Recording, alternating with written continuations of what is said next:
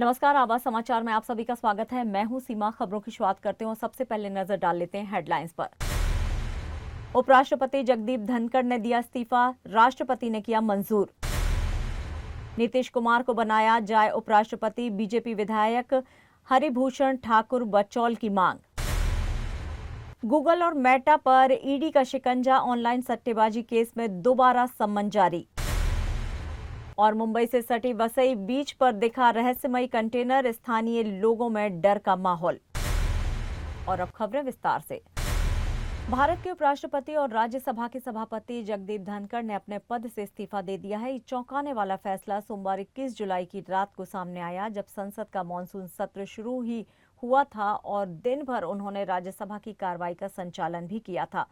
रात में राष्ट्रपति द्रौपदी मुर्मू को भेजे गए त्यागपत्र में धनखड़ ने स्वास्थ्य कारणों और चिकित्सकीय सलाह का हवाला देते हुए तत्काल प्रभाव से पद छोड़ने की बात कही। अब राष्ट्रपति ने उनका इस्तीफा औपचारिक रूप से स्वीकार कर लिया है और जल्द ही राजपत्र अधिसूचना जारी की जाएगी।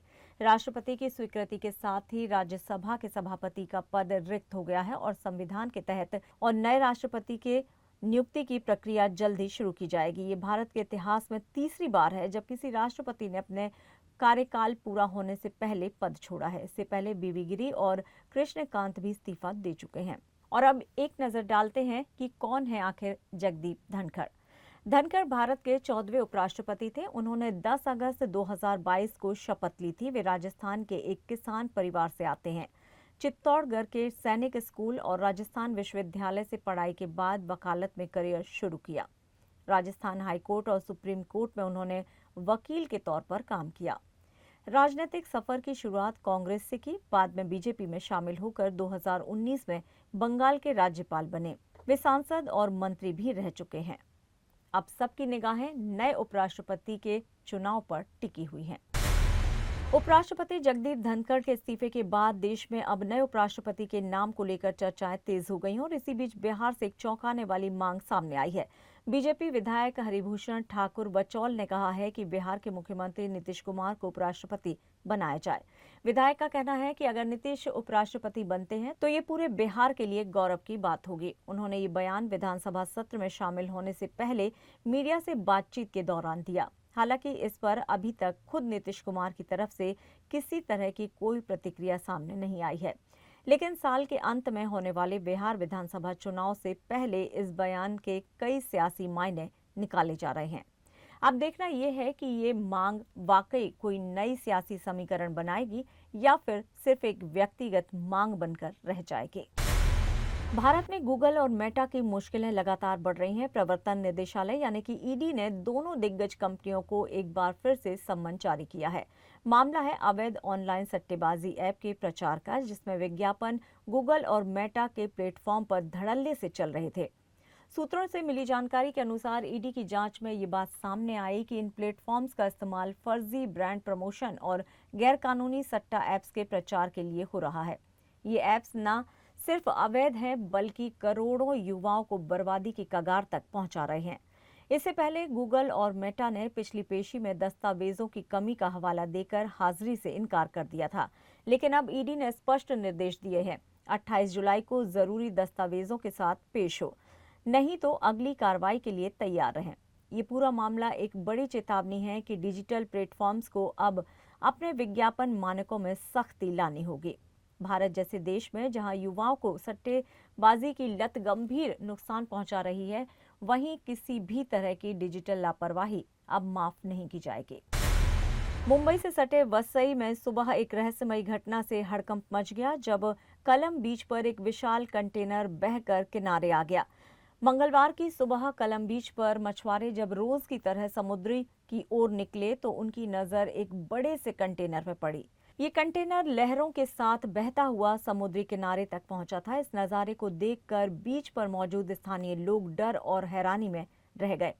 जैसे ही इस रहस्यमयी कंटेनर की जानकारी सामने आई, तुरंत पुलिस और स्थानीय प्रशासन हरकत में आया। सुरक्षा के लिहाज से बीच पर लोगों की आवाजाही पर रोक लगा दी गई। तटरक्षक बल भी मौके पर पहुंच चुका और कंटेनर के स्रोत की गहराई से जांच की जा रही है। सूत्रों के मुताबिक ऐसी आशंका जताई जा रही है कि ये कंटेनर तस्करी से जुड़ा हो सकता है, खासकर विदेशी सिगरेटों की तस्करी, जो न सिर्फ सरकार को आर्थिक नुकसान पहुंचाती है बल्कि सार्वजनिक स्वास्थ्य के लिए भी एक बड़ा खतरा बनती जा रही है। फिलहाल प्रशासन ने नागरिकों से संयम बरतने और किसी भी तरह की अफवाह से बचने की अपील की है। और आवाज समाचार में यहाँ लेंगे एक छोटा सा ब्रेक, आप बने रहिए हमारे साथ।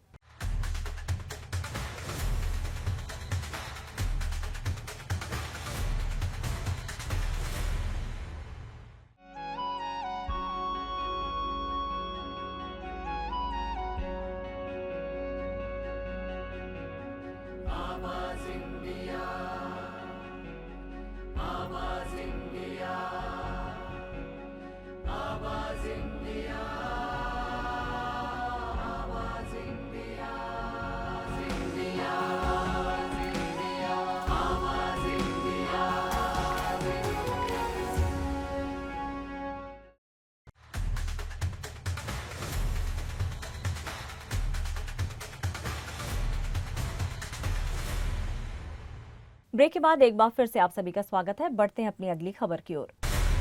बड़ी खबर आ रही है दिल्ली से। भारत के उपराष्ट्रपति जगदीप धनखड़ ने अपने पद से इस्तीफा दे दिया था, जिसे अब राष्ट्रपति द्रौपदी मुर्मू ने स्वीकार कर लिया है। धनखड़ ने राष्ट्रपति को भेजे गए पत्र में कहा है कि वो स्वास्थ्य देखभाल को प्राथमिकता देने और डॉक्टरों की सलाह पर पालन करने के लिए इस्तीफा दे रहे हैं। उन्होंने संविधान के अनुच्छेद 67A के तहत तत्काल प्रभाव से त्यागपत्र सौंपा है।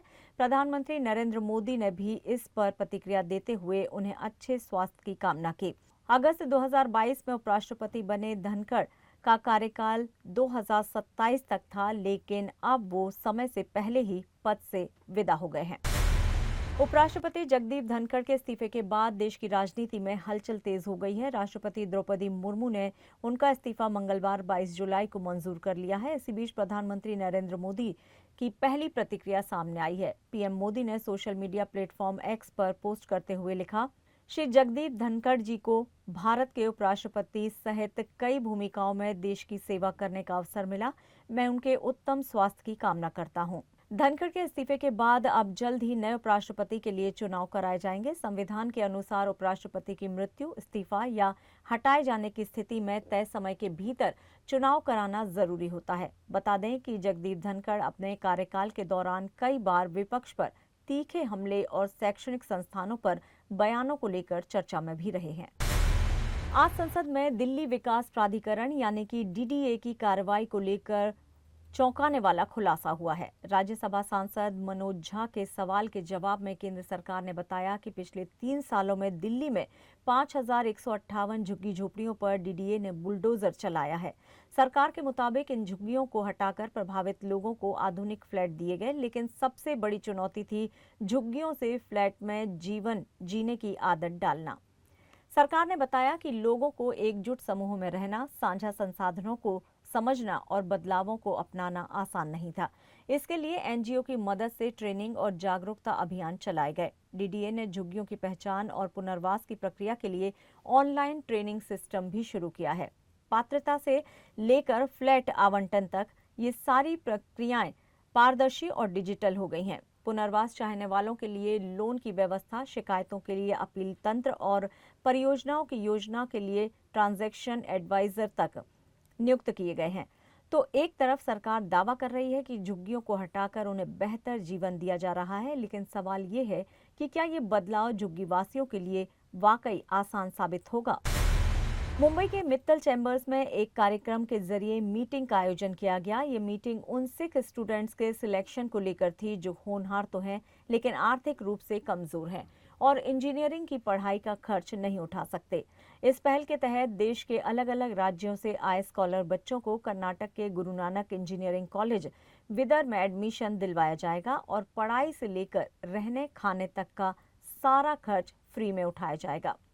ये मीटिंग पूर्व डीजीपी महाराष्ट्र पीएस पसरीचा की अध्यक्षता में हुई, जिसमें पूर्व UP chief secretary UPS Sudan, JS Kohli और जसवीर सिंह धाम जैसे वरिष्ठ लोग भी मौजूद थे।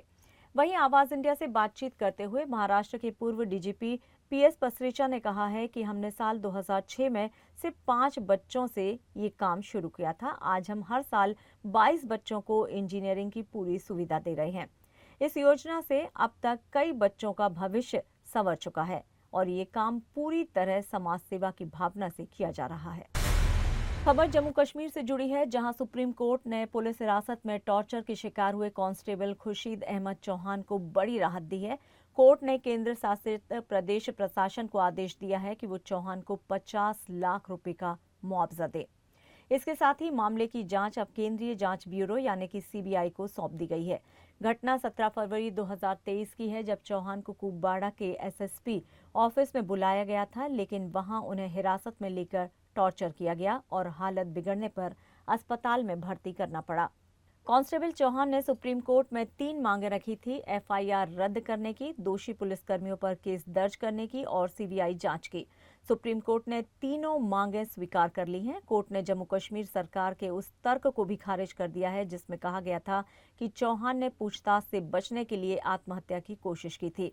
अब इस पूरे मामले की जांच सीबीआई करेगी और दोषियों की गिरफ्तारी भी सुनिश्चित की जाएगी।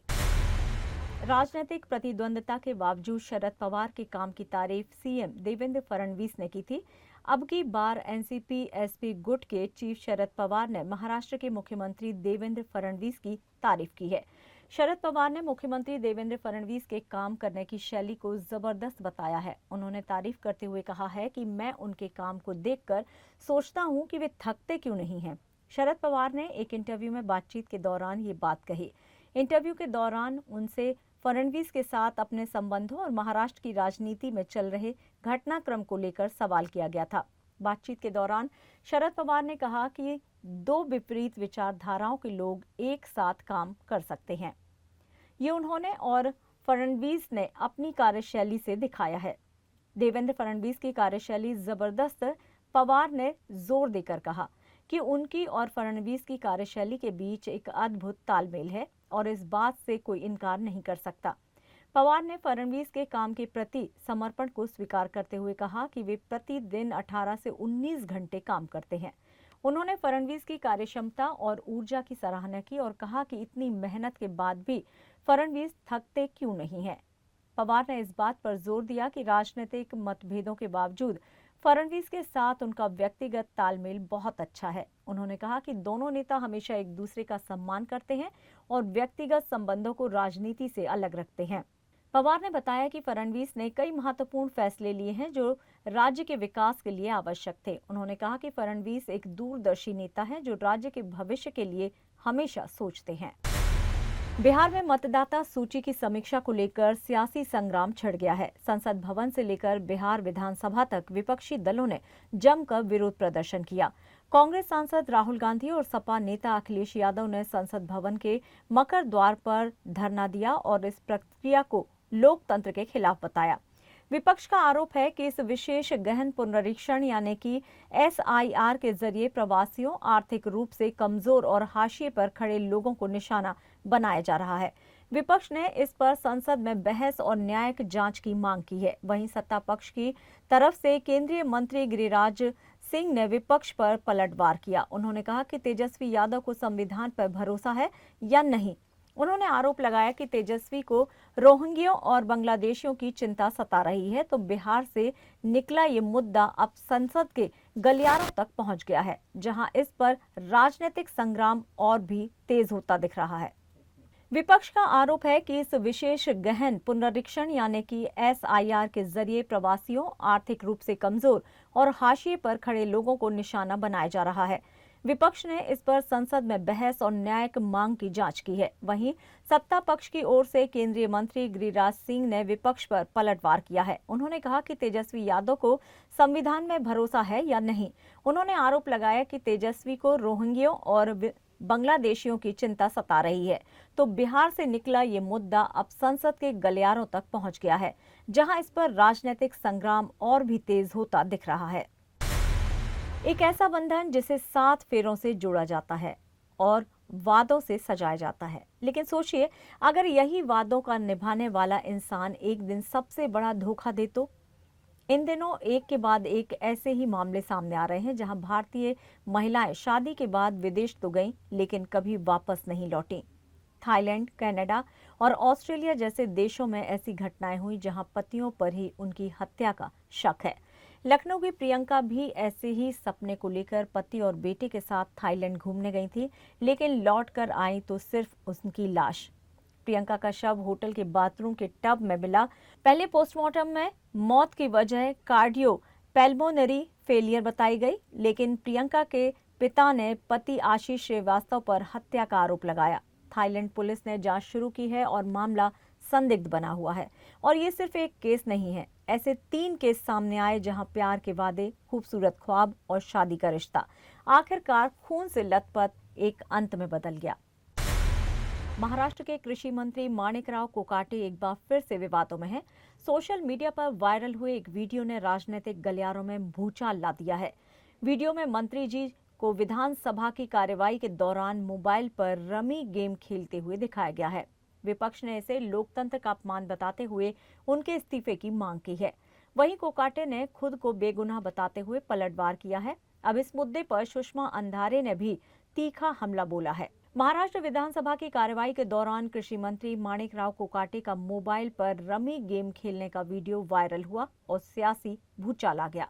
वीडियो सबसे पहले एनसीपी शरद पवार गुट के विधायक रोहित पवार ने सोशल मीडिया पर शेयर किया। इसके बाद विपक्ष ने इस मुद्दे को सदन में उठाया और मंत्री के इस्तीफे की मांग कर डाली। मुद्दे को लेकर कृषि मंत्री कोकाटे ने कहा है कि मुझे वाइल्ड रमी खेलना नहीं आता। मेरा नंबर, मेरा बैंक अकाउंट किसी रमी ऐप से लिंक नहीं है। कोई भी जांच करवा ले, मैंने कुछ भी गलत नहीं किया है। लेकिन विवाद थमता नहीं दिख रहा है। अब ठाकरे गुट की उपनेता सुषमा अंधारे ने कोकाटे पर तीखा हमला बोला है। अंधारे ने कोकाटे पर निशाना साधते हुए कहा है कि उनकी भाषा असभ्य और अहंकारी है।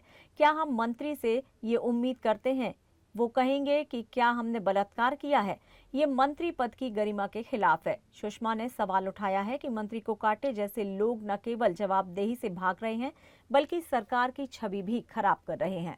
अब देखना होगा कि कोकाटे पर कार्रवाई होती है या विवाद यूं ही तूल पकड़ता रहेगा। और आवाज समाचार में यहाँ लेंगे एक छोटा सा ब्रेक। आप बने रहिए हमारे साथ।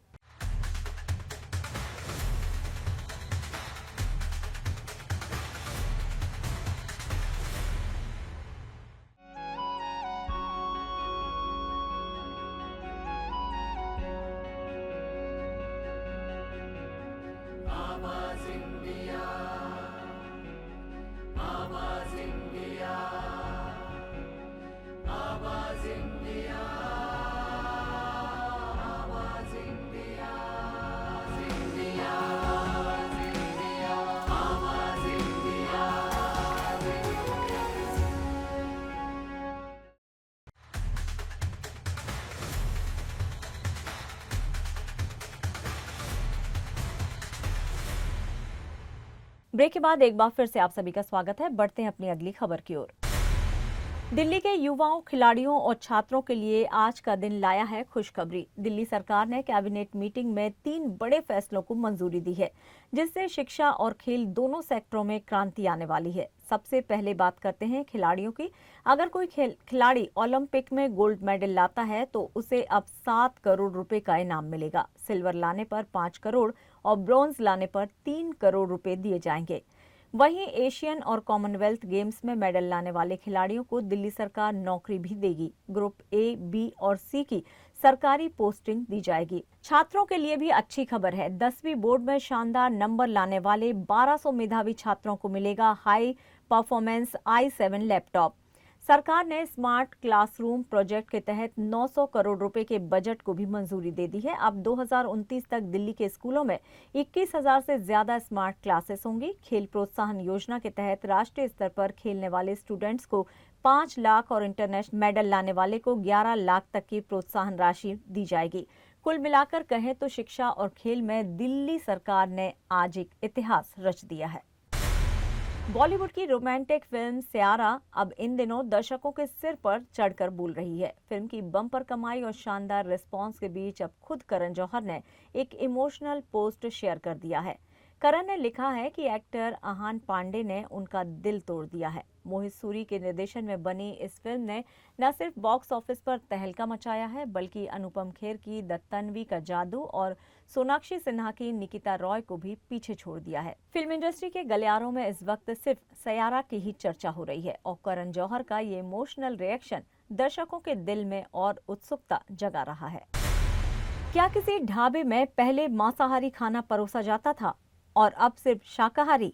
क्या ग्राहक को ये जानने का हक मिलना चाहिए? सुप्रीम कोर्ट ने इस पर अहम टिप्पणी की है। दरअसल कांवड़ यात्रा के रूट पर पड़ने वाले सभी ढाबों और रेस्टोरेंट में क्यूआर कोड लगाने को लेकर सुप्रीम कोर्ट में एक याचिका दाखिल की गई थी। इस पर सुनवाई करते हुए सुप्रीम कोर्ट ने साफ कहा, ग्राहकों को ये जानने का अधिकार है कि रेस्टोरेंट या फिर ढाबा पहले क्या परोसता था, नॉनवेज या वेज। सुनवाई के दौरान जस्टिस एम सुंदरेश और जस्टिस एन.के. सिंह की पीठ ने कहा है कि अगर कोई रेस्टोरेंट सिर्फ यात्रा के दौरान मेन्यू बदलता है और साल भर मांसाहारी खाना परोसता है तो ग्राहक को ये जानकारी दी जानी चाहिए। कोर्ट ने यह भी कहा है कि केवल खाने की चीज ही नहीं बल्कि मानसिकता और भावनाओं का भी सवाल है, क्योंकि ग्राहक लहसुन प्याज तक से परहेज करता है। ऐसे में पारदर्शिता जरूरी है। सुप्रीम कोर्ट ने साफ कहा है कि उपभोक्ता ही राजा है और उसे ये अधिकार है कि वो ये तय कर सके कि वह किस तरह के ढाबे में खा रहा है, जो साल भर शाकाहारी हो या जो सिर्फ धार्मिक अवसर पर मेन्यू बदलता हो। ये मामला सिर्फ एक कानूनी बहस नहीं बल्कि धार्मिक भावनाओं और उपभोक्ता अधिकारों से भी जुड़ा है। फिलहाल आवाज समाचार में इतना ही। आप देखते रहिए आवाज इंडिया। नमस्कार।